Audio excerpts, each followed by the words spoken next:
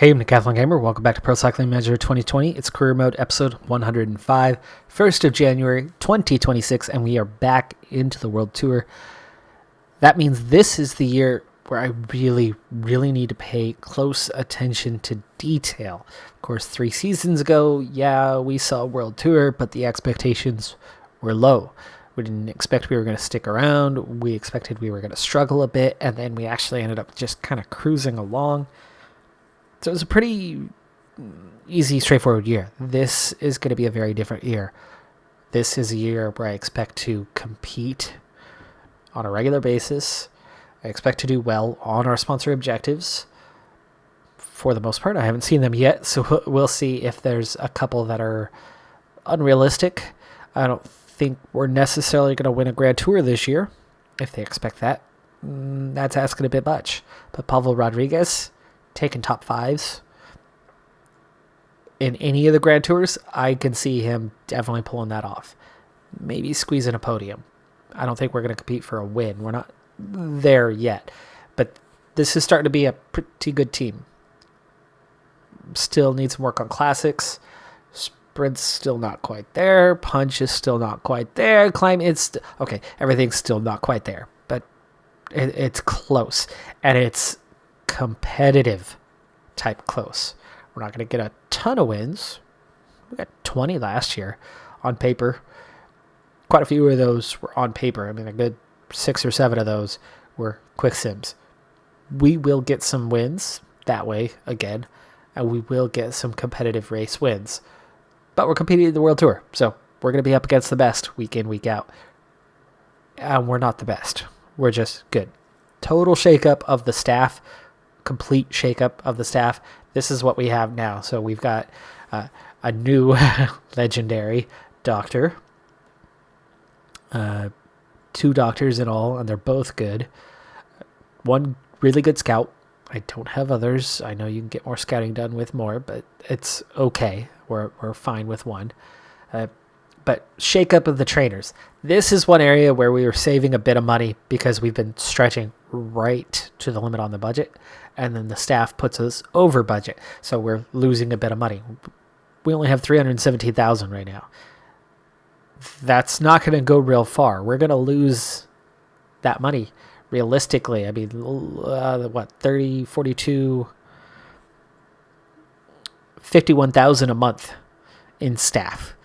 And we're at our budget limit exactly for riders. So 51,000 is our running deficit monthly. That's a lot of money.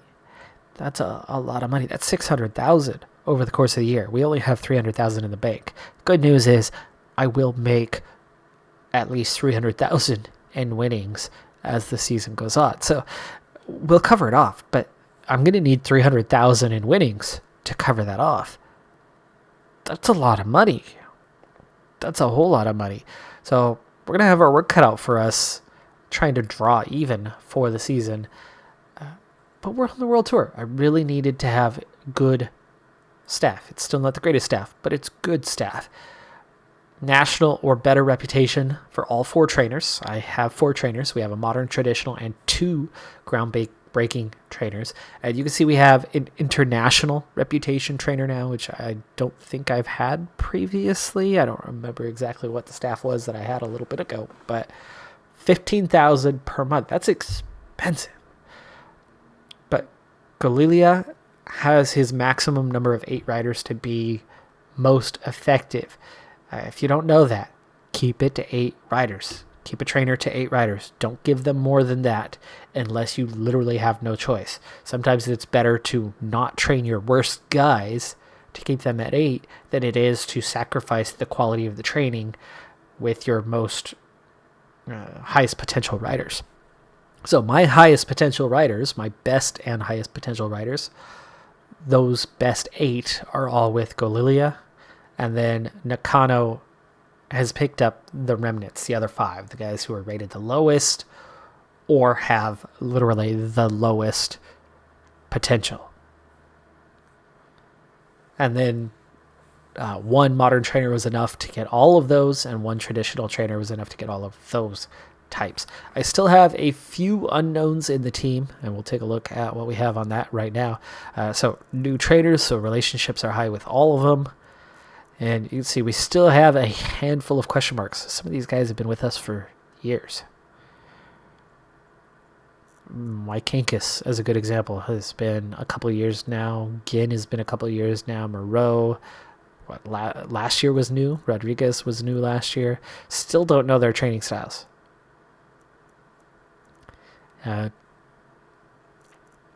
Gazzoli just joined us, and we already know he's groundbreaking. So here's the team as it stands right now for this season and what we're doing in training. Really, the only one who's kind of training out of his strength, out of his bubble, is Vermark and Mykankis. Vermark, a puncher. But Vermark has an 81 hill. He was terrible mountain. He had about a 67 when I switched him to climber. Now he can get over some of the climbs leading up to whatever final climb, and then can use that hill rating to excel and go for wins.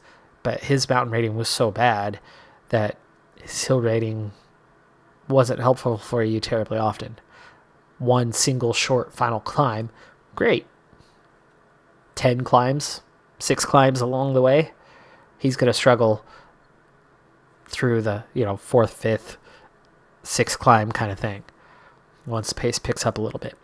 Mykankis, the other one, going puncher. We did note recently, an episode or two back, that he's now got a 75 hill rating plus that acceleration of 77. So he's growing and developing into our second puncher, and actually growing and developing quite quickly on that.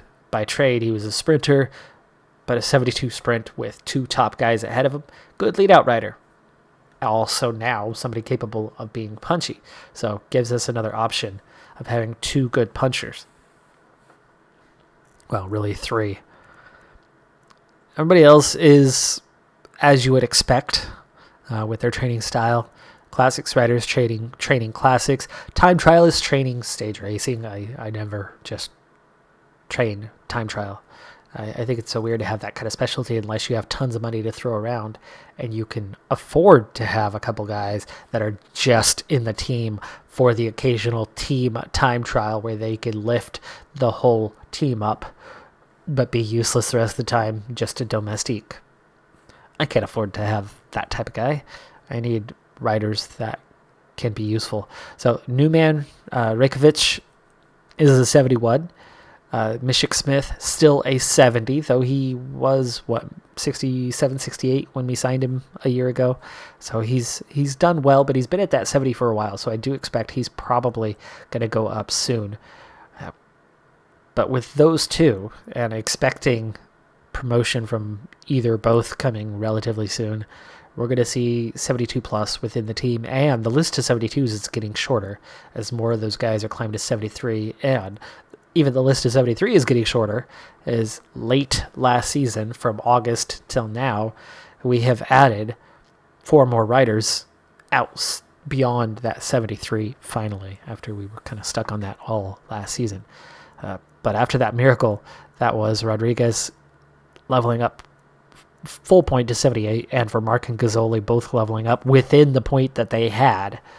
Here we are, back in the World Tour. Let's go ahead and take a look at the damage that will be done. The sponsorship. LBL, not too bad. We could do that. I think we could do well. Top 5. Top 5's a little tougher. Flesh Wallone, top 3, that's going to be really tough just based on the numerical. Bink Bank, we could definitely do top 5. Ronde van Vlaanderen, I think we could definitely pull off a top 5. Flesh Wallone, I think we'd be fine if it wasn't such a high demand. Giro d'Italia, Pavel Rodriguez, top 5. I think he can manage that. I really think he can manage that. One thing we are going to have to watch out for a bit this season is this piece. Rodriguez apparently is our most popular rider now. Dang, that was fast. 1 season, and he's eclipsed everybody else. This, though, big problem. Big problem. Big problem. Big problem. No Belgian riders from either region. That's going to hurt. This evaluation is going to be locked in at this all season because there is literally nothing I can do to fix that. We will not have any Belgian riders all season long. So this evaluation is going to hold back the others, which means the registered riders going to be important. The Rodriguez's, the Vermarks. Yeah, we have enough popular riders. This will be good. But those two will balance out to, 50%. And that means the results at 100% will not be enough, right? That'll pull us up to 60, 70%. We need not just results. We're going to have a lot of noteworthy results and force that sponsor confidence up higher. So we need to have a good year. Let's go ahead and take a look at the objectives. Omloop Het Nieuwsblad is the first one coming up end of February. So it's going to be a little while before we get busy and active. But then look at this. All World Tour races with just one exception through June. All but the Bink Bank Tour. Every single one of them is within the window as well. Top 5 Tour de France. Top 5 Tour d'Italia. Pavel Rodriguez is riding 2 tours this year. Okay, I'm really glad, though, that it's top 5 and not stage win. I think Rodriguez getting a top 5 is going to be easier to achieve than us going for stage wins against literally the best riders. 21 stages is a lot to be able to get one, and I think we will manage it. But I still think a top 5 is going to be easier. Stage win at the Dauphiné. Luckily, it's only a half star. Same with Tour de Suisse. And then it's a bunch of classics. Makes sense considering the team we're riding for. Again, stage wins at Paris and Tirreno Adriatico. But minor objectives. The classics are the big stars. The Giro and Tour de France are actually minor objectives. So, as expected, we went to a Belgian sponsor and they care about the local classics. No surprise at all by that. Complexity, though, that's where we might run into an issue. Omloop Het Nieuwsblad, no problem. Bink Bank, no problem. Kent Vevelgem, no problem. Ronde van Vlaanderen, minor problem, but we should be okay. Okay.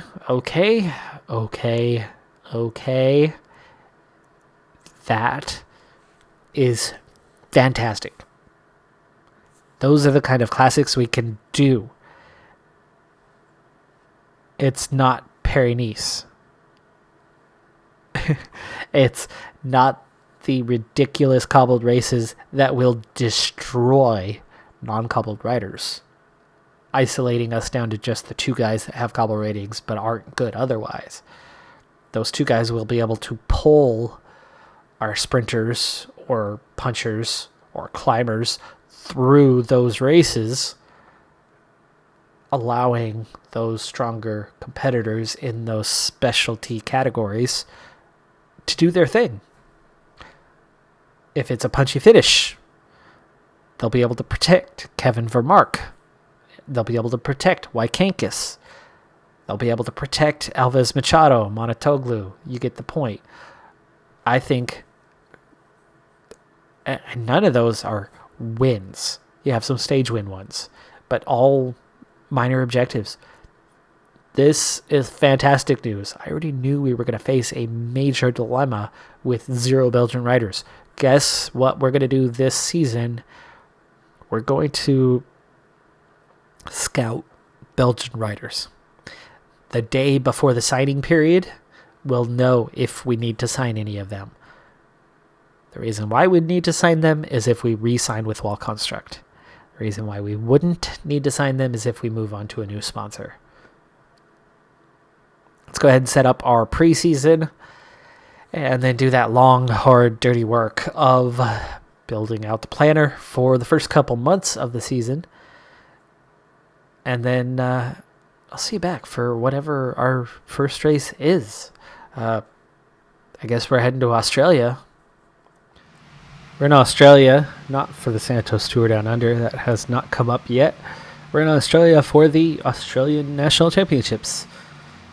There are a few nations in the world. In game, it's Australia. I think the only one that actively does it for the game. But there are a few nations in the world, generally Southern Hemisphere nations, that do their national championships in January, which is their own summer. And also the reason why the season generally starts in these parts of the world.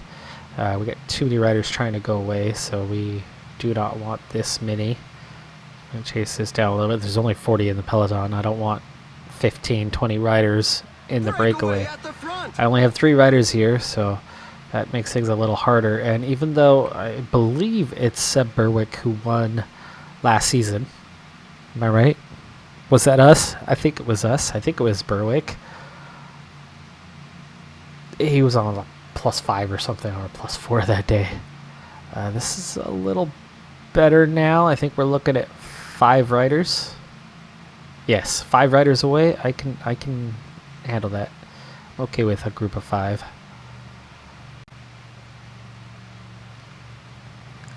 Looks like everybody else is too.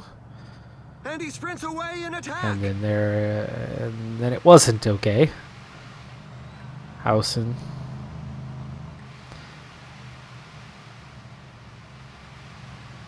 Yeah, we don't want to let those 3 guys join them. No, thank you. So Johnson, let's pull those guys back.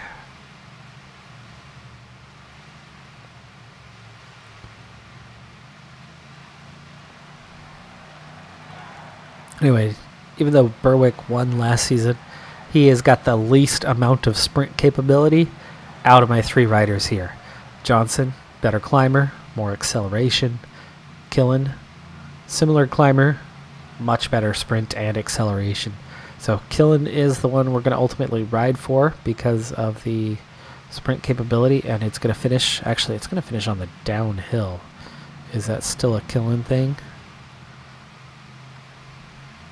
Not really, that is a Berwick thing.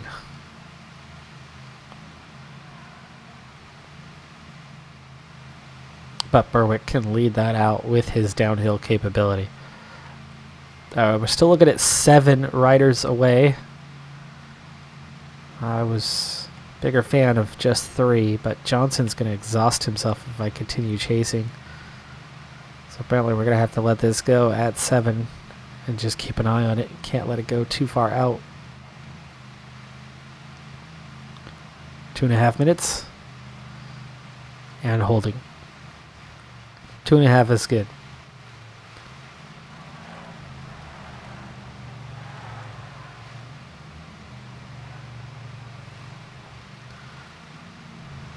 Get water the first time here in just a moment. We're at 130k. I always like to try to get it down to about 120 before we do that. 125 is not too far. Alright, so we're about to begin our circuit. And we just turned onto it there. So this is the descent portion. Very skinny. Very skinny until you get about 2k out. So get a good advantage through there. The climbing portion, pretty wide. Looks like 6% was the highest I was going to see. Quite a few laps on this. Right to the finish.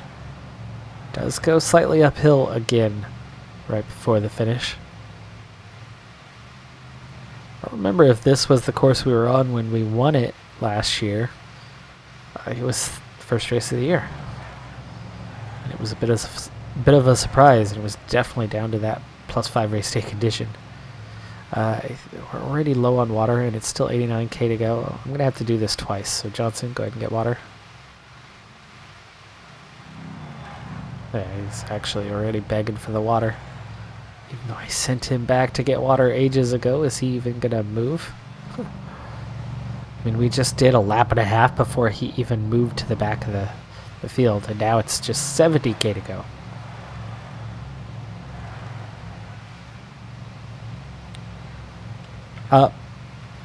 What just happened? What just happened? That's the breakaway group a lap ahead of us. Exactly one lap ahead of us.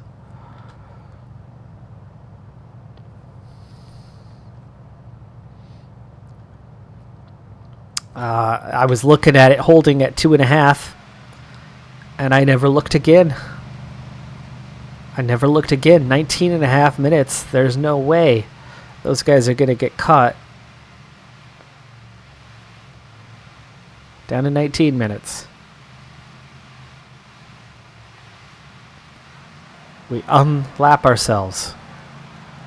Most of these races, if you finish a lap, down a lap, that's it. You're done. There would have been 7 riders left.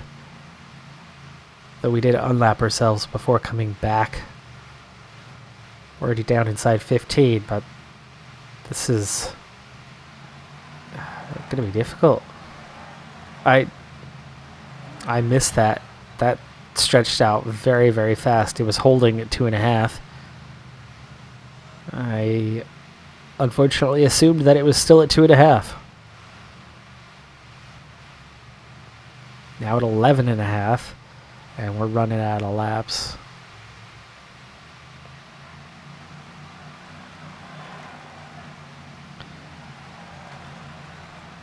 Brought it back under 11, but we're catching them a lot slower than we were.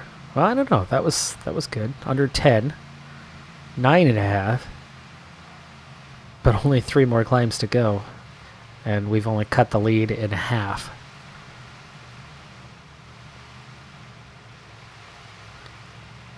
All right, these two are gonna have to keep riding hard, and at some point, we actually broke 5 riders off the back. Down to 8.5. We've cut back 1 minute. Berwick, Johnson. This lap's going to be it. Last lap. Killen's going to have to try to attack. Front group splitting up. Gel for both of these two, and 85s now. Killen struggling to keep up. We've got 15 kilometers to the finish line. 20K to go, and suddenly we need water again. That's not a good thing. Down to 6 minutes to a couple of the riders. Down to 7 overall. Berwick, Johnson now beginning to fade. We'll get through this descent. We will attack the ascent. Might as well. But it's still almost 6 minutes. Alright, here we go.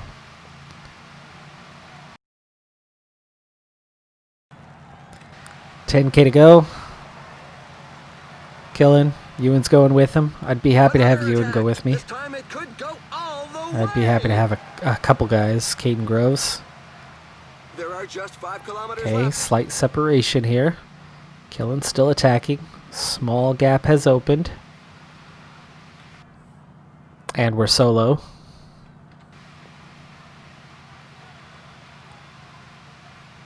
Ten-second gap. About to crest the top. I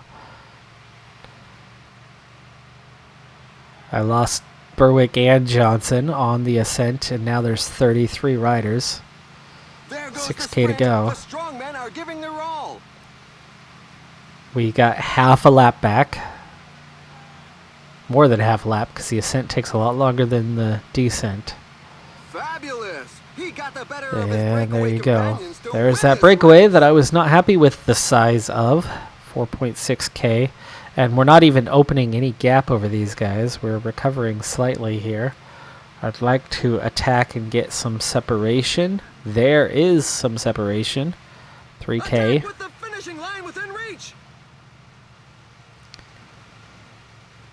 2K. It's only 5 seconds. 7 seconds ahead. Outer red bar. And it's uphill. So we blew up our own race and didn't catch these guys. We end up right at 5 minutes behind 2 riders, another minute behind the first 5, and first race of the season. Went beautifully a year ago, and it was an absolute disaster this year. But that's my problem for looking away at a comfortable, steady 2.5 minute gap that 30 seconds later was at nearly 20 minutes. So, yeah, it happens. Rider of the season for last season was Paulus. Bernal and Valentin Mataway. Surprise. Big surprise. Top 3 last season. That is going to do it for this episode, though. I'm Decathlon Gamer. Thanks for tuning in. Be sure to hit that like button, and I'll see you next time. Have a good one. Be safe out there, and bye for now.